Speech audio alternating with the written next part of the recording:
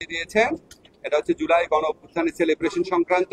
এটা অলরেডি উনি press statement দিয়ে জানিয়ে দিয়েছেন, এটা ব্যাপারে আমি কিছু বলছি না। আজকে আমাদের একটা খুব গুরুত্বপূর্ণ ফৌজদারি কার্যবিধির একটা সংশোধন হয়েছে। আপনারা জানেন আমাদের সরকারের আমলে কিছু জিনিস নিয়ে আমরা নিজেরাই খুব বিব্রত, আমরা এগুলি অ্যাড্রেস করার চেষ্টা করি। তার মধ্যে একটা হচ্ছে ভুয়া এবং মিথ্যা মামলা করা, আর একটা হচ্ছে মিথ্যা মামলা আপনার এক ধরনের মামলা বাণিজ্য থাকে। এই লোকগুলা যারা এখানে আসামি হন, ওনারা 2-3 বছর যাবত একটা আশঙ্কার মধ্যে থাকেন যে কখন ওনাদেরকে গ্রেফতার করা হবে বা ওনাদের ক্ষেত্রে মানে গ্রেফতার বাণিজ্যটা হয় কিনা। সেটা থেকে পরিত্রাণ পাওয়ার জন্য আমরা একটা নতুন বিধান করেছি। সিআরপিসিতে 173A নতুন বিধান যুক্ত করা হয়েছে। এই নতুন বিধানে বলা হয়েছে পুলিশ কমিশনার, এসপি বা এসপি পদমর্যাদার কোন জেলার এসপি পদমর্যাদার কোন পুলিশ কর্মকর্তা উনার নিয়ন্ত্রণাধীন বা এখতিয়ারাধীন কোনো বিষয়ে বা কোনো মামলার বিষয়ে উনার যদি মনে হয় যে এটা করা যৌক্তিক, তাহলে উনি ইনভেস্টিগেশন যে অফিসার আছে সেই ইনভেস্টিগেশন অফিসারকে বলতে পারে যে তোমার মামলার তদন্তের ব্যাপারে একটা প্রিলিমিনারি প্রাথমিক রিপোর্ট দাও, তদন্ত করে এখন পর্যন্ত কি তথ্য পেয়েছো একটা প্রাথমিক রিপোর্ট দাও। সেই প্রাথমিক রিপোর্টটা যখন ইনভেস্টিগেশন অফিসার প্রিপেয়ার করবে, করার পর আমাদের যে এসপি সাহেব আছেন বা পুলিশ কমিশনার আছেন, তারা ইনভেস্টিগেশন অফিসারকে বলবে এই প্রাথমিক রিপোর্ট বা প্রিলিমিনারি রিপোর্টটা, ইনভেস্টিগেশন রিপোর্ট, এটা ম্যাজিস্ট্রেটের কাছে জমা দাও। ম্যাজিস্ট্রেটের কাছে জমা দেওয়ার পর ম্যাজিস্ট্রেটের কাছে যদি মনে হয় যে এই মামলার মধ্যে 100 জন লোককে আসামি করা হয়েছে, তার মধ্যে 90 জনের ব্যাপারে কোনো অভিযোগই আসলে নাই, কোনো 90 জনের বিষয়ে কোনো সাক্ষী নাই, কোনো এভিডেন্স, পুলিশের প্রাথমিক রিপোর্টে কোনো রকম এভিডেন্স পাওয়া যাবে না, তাদেরকে আদালত প্রাথমিক স্টেজে, প্রি ট্রায়াল স্টেজে বিচার শুরু করার আগে ডিসচার্জ করে দিতে পারবেন। ডিসচার্জ করে দিলে ভুয়া মামলা বা মামলা বাণিজ্য থেকে অনেক লোক আশা করি রেহাই পাবেন। এবং এইটা মানে এটা না যে তদন্ত থেমে থাকবে, তদন্ত থেকে যাদের বিরুদ্ধে কোনো রকম সাবস্ট্যান্টিভ এভিডেন্স নাই তাদেরকে মুক্ত করে দিবেন, ডিসচার্জ করে দিবেন, বাকিদের বিষয়ে তদন্ত চলতে থাকবে। আবার তদন্ত চলাকালে পুলিশ যদি তদন্ত শেষ হওয়ার স্টেজে যদি দেখে, পূর্ণাঙ্গ তদন্ত রিপোর্ট যখন জমা দেবে, পুলিশ যদি দেখে যে না, যাদেরকে ডিসচার্জ করা হয়েছিল তাদের কারো কারো বিরুদ্ধে আসলেই পরবর্তীকালে সাবস্ট্যান্টিভ সাফিসিয়েন্ট এভিডেন্স পাওয়া যাচ্ছে, তখন পুলিশ যে রিপোর্টটা আদালতে জমা দিবে, ইচ্ছা করলে ওনারা ওই ব্যক্তিদের নাম, যাদের ব্যাপারে পরবর্তীকালে যথেষ্ট অভিযোগ পেয়েছেন, তাদের নাম আবার ইনক্লুড করতে পারবেন। এই হচ্ছে আমাদের সংশোধনীটার বিষয়।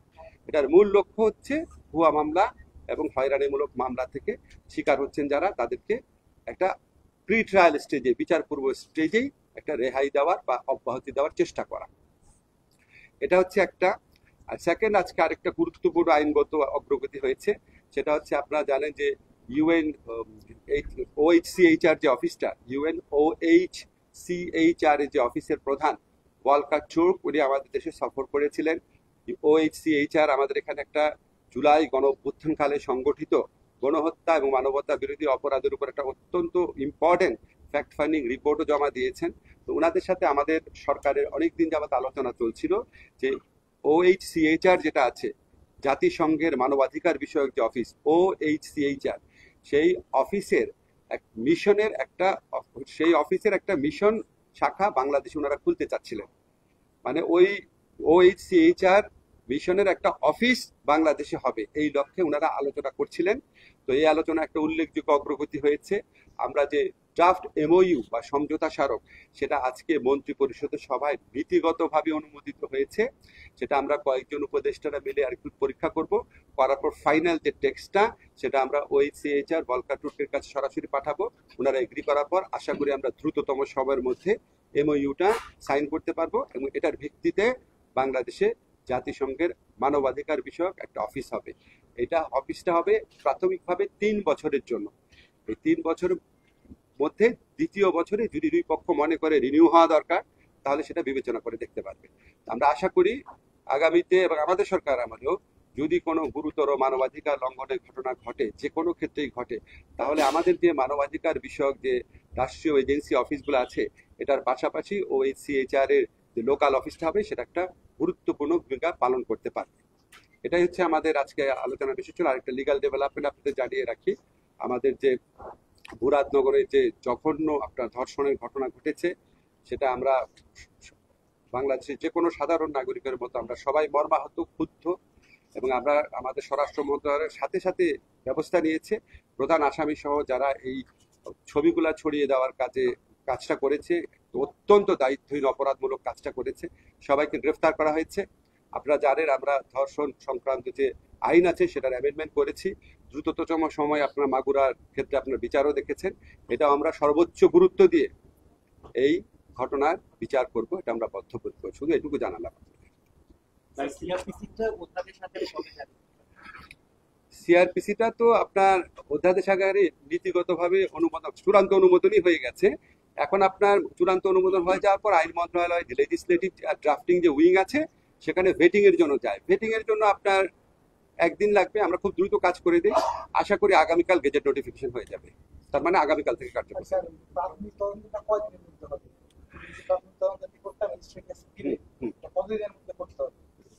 এটা তো আমরা ধরেন এটা পুলিশের অ্যাডমিনিস্ট্রেটিভ ব্যাপার। ওনারা যখন বসবে, আমরা পুলিশ স্বরাষ্ট্র মন্ত্রণালয়কে এম্পাওয়ার করেছি।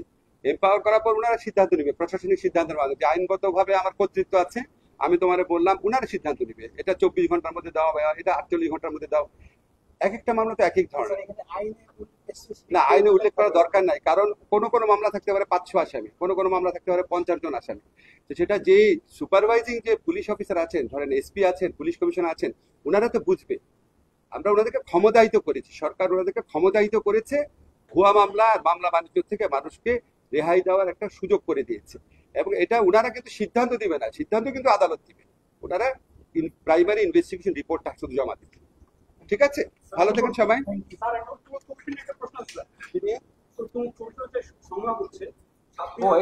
Immigration to Canada.